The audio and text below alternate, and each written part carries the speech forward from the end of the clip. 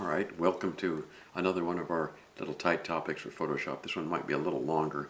We're going to go through the adjustments you can make to an image. There's several places you can get adjustments. I'll go through them one by one very quickly because there is a lot there. But I want to quickly show you what they are. Okay, so let's get rid of my little mug here. There's two places you're going to see adjustments. Alright, if I go to the very top menu bar, hope you can see this on the screencast. So the very top menu bar, I go to Image, Adjustments, and go down. You'll see there's a lot of different adjustments that pop down in this menu here. All right. Now you'll see there's quite a few of them. You're going to see them in another place. The two that you won't see in the other place are shadows and highlights and HDR toning. Okay. The trouble with the adjustments in this bar here is whatever adjustments I do are not easily reversible. Except you can go back to the history panel, obviously, and reverse them. But they're baked into the image. They're destructive, if you will. So if I take an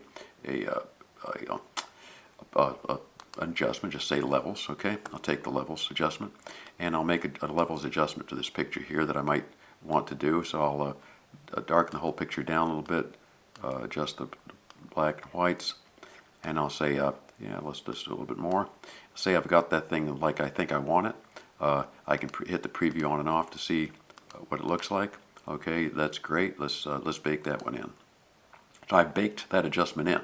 Okay, there's no mask here. There's nothing I can change. If I only wanted that adjustment to be in one part of the image, I can't change that, for example. And I might say to myself, that's a little too dark. I want to change it.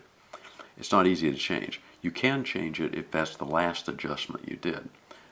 For example, if I had done several adjustments and I want to go back and do the levels adjustment, I couldn't do it. But right now, since it's the last thing I did, I can go to Edit, Undo Levels, or Fade Levels.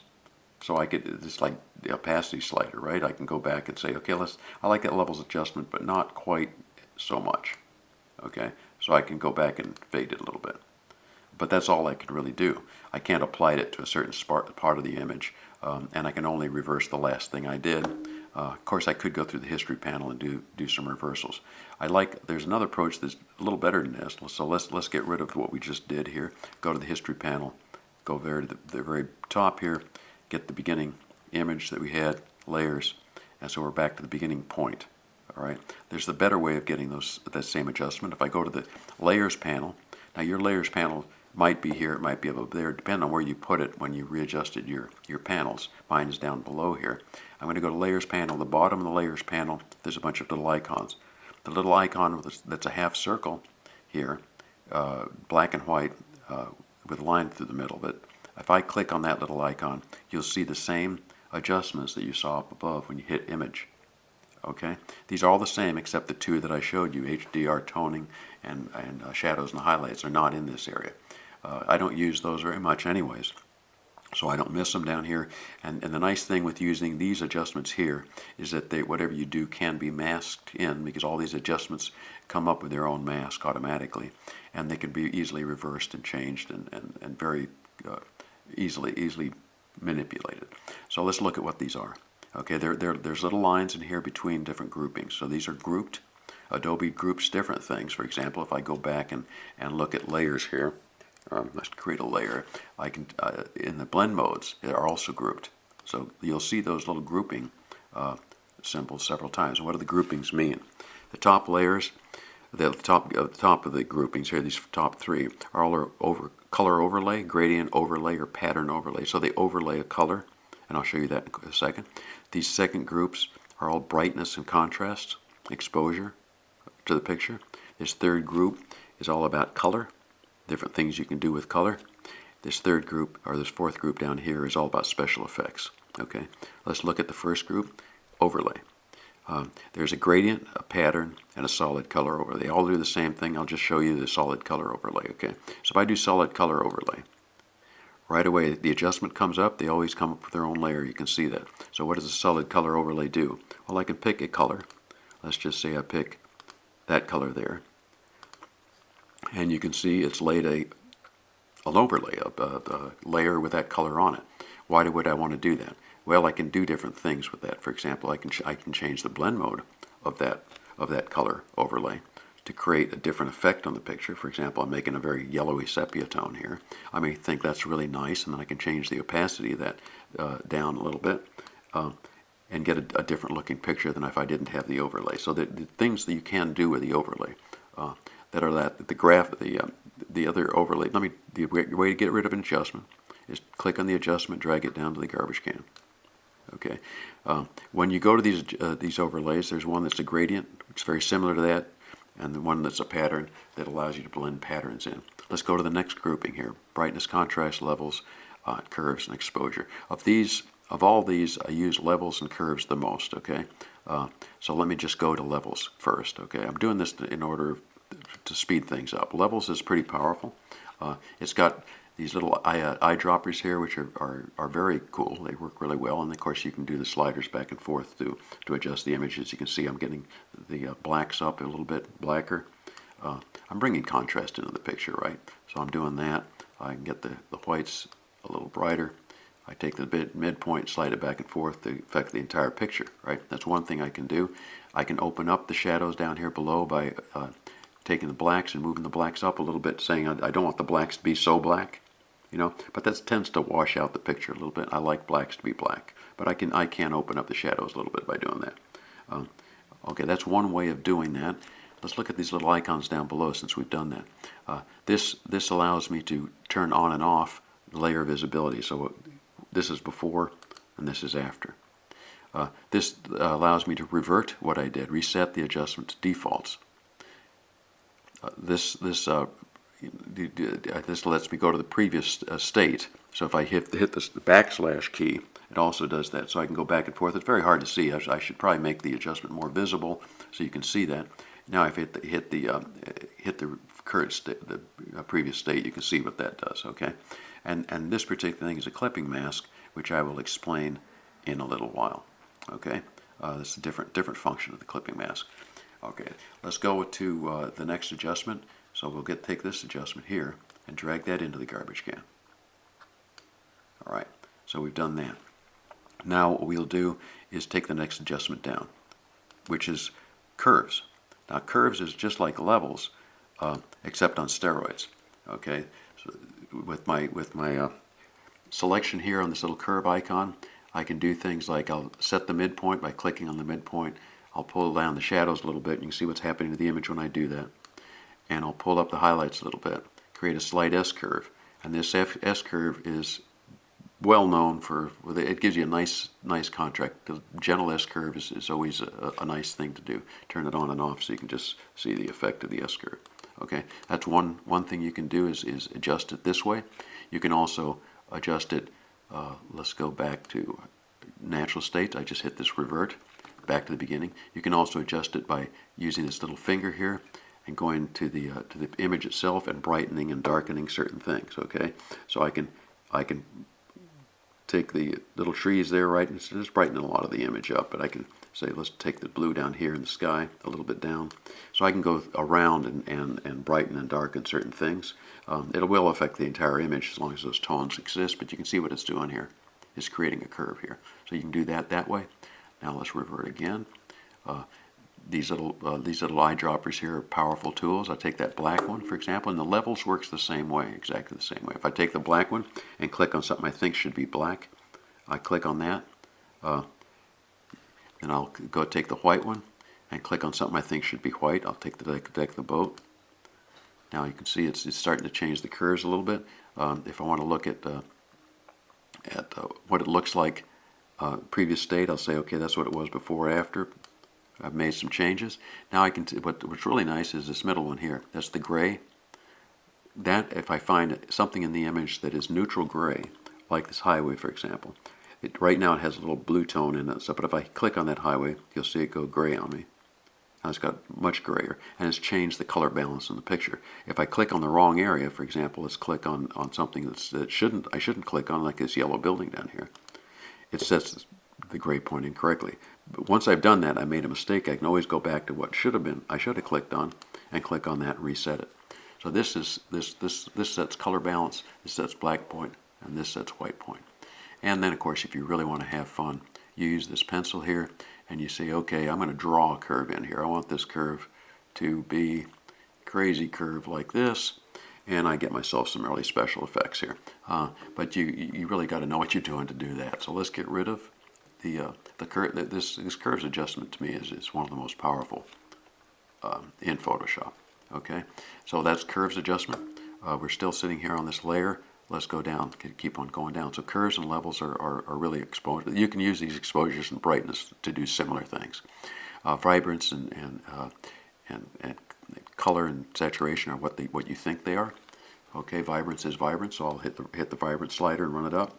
And you can see what it does to the picture. Vibrance is different than saturation because vibrance will increase saturation on images or on colors that are not saturated already. So if something's already quite saturated, it won't run up. And if you're dealing with people and skin tones, it won't affect skin tone. So you won't get the person going from skin tone, a nice skin tone, to orange, for example. So vibrance is much more preferable than saturation. And saturation takes everything up and saturates the picture. Now, I like pictures that are somewhat saturated and vibrant. I tend to run mine up more than some people do. So if you want to see what that looks like, you can either go to reverse state here, or I can click this particular eye here and turn the adjustment on and off. Okay, so that's what I did with my vibrance adjustments. And you can stack these adjustments on top of each other. So for example, I can keep the vibrance there, all right? I can go back now that I've got this here, and let's say, let me go back to, for some reason, let me change this. I've got the vibrance adjustment here. I can add another adjustment. For example, I can go back to curves and add curves on top of vibrance. So you can add as many of these as you want. And I can go back now and change my curve using the same things I did before: black point, white point, gray. Now I've got this picture with two adjustments, curves and vibrance. Okay, so the vibrance did on and off, curves on and off. I'm getting this picture a lot better than it was when we first looked at it. For example, if I hold down Option and click on this little eye with the picture, that would be the only layer that's on. This is the before, and that's the after. Okay, so far we're good with that. Let's go on and keep on looking at adjustments. Okay, going down here again, and the next adjustment comes up. We did vibrance. Hue saturation is very similar. Hue saturation allows me to change the entire hue of the picture, if you will. I can go back and forth. You can see what it does to the picture. Like those trees, for example, what I could do is mask in the trees. So if I like what this does to the trees a little bit, say I get more green out of the tree, that's really great. But maybe I don't like what it does to the rest of the picture. Hue saturation. I can take the mask that it has here. I can invert the mask. Control or Command I. By first click on the mask. Control or Command I. Using a brush tool, I can then brush in using white over here. X. Toggle at X. Now I can start brushing in the green color on the trees to bring out that nice green that we saw when I did the hue saturation. Now all of a sudden I'm getting some more green in those trees, and I'm a happy camper because it looks so much prettier. So that's essentially. You click that on and off so you can sort of see. Look at the green. Look at the greens right here and right here. Okay, click that on and off. Okay, so that's a hue and saturation adjustment. We can keep on going now. Color balance is an overall color balance like you wouldn't expect. You can warm up the picture. You can cool it down. Black and white is a really nice black and white adjustment. So I can take this picture to black and white, and then using, for example, there's a little blue up here. For example, I'll turn the blues down, make that sky a little darker up there. It's to make the rest of the picture a little dark. But let's fool around. The greens should come up and down. Yeah, I can bring the greens, the trees up a little bit. See the trees up and down. So by using this, yellow is going to affect most of the picture on this particular picture, I think. There you go. So I got a good, decent black and white picture out of the thing by using the black and white slider. Okay, I'm going to take that slider, that adjustment, and put it in the garbage can. All right. Next up, adjustments going down. You saw black and white photo filters. If you've ever used photo filters in your camera, this is like putting one in front of your lens. There's different color filters you can have here, warming filters, and when you do that, you can change the density of the filter and change your overall look. It's much like color balance. Okay. Take photo filter, throw it in the garbage can. And so as you go through this, you can see the sort of things that you do. I don't use these too much here. Channel Mixer I do actually use for infrared photography, but we won't use it here. This simply inverts the picture, makes a black and white or white and black out of it. If you're ever using trying to scan negatives, and you scan, or you have a negative, an old film negative. You bring the film negative in. What you can do with that is bring the film negative, scan it into the picture, and then use this invert to make a positive out of it. It's really a nice way of taking old film negatives and making them so you can look at them again. So that little invert is a nice filter for that. That's what I use it for. Next up, posterize. This is if you like to make posters out of things. You can see what it just did to the picture. I can change the number of levels this poster has on it, make it less and more or less posterized. And it does some interesting things for some pictures, and you can actually make a postery looking image out of it. So these are the special effects filters here. Take that down. Posterized threshold is I don't use much. Gradient map. A lot of this actually gradient map does a great job of black and white conversion, similar to the black and white up here, except different. A lot of people actually like doing black and white using the gradient map, so I'll hit the gradient map. You can see what it did here. It's not so hot, but what I can essentially do with this picture is invert it. So what we'll do is take the gradient map and invert the picture.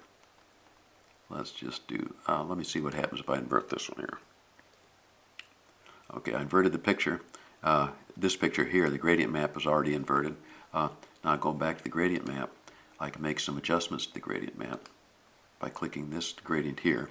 I can then pull these things around and create a little different look to the picture, depending on what I want to do to it.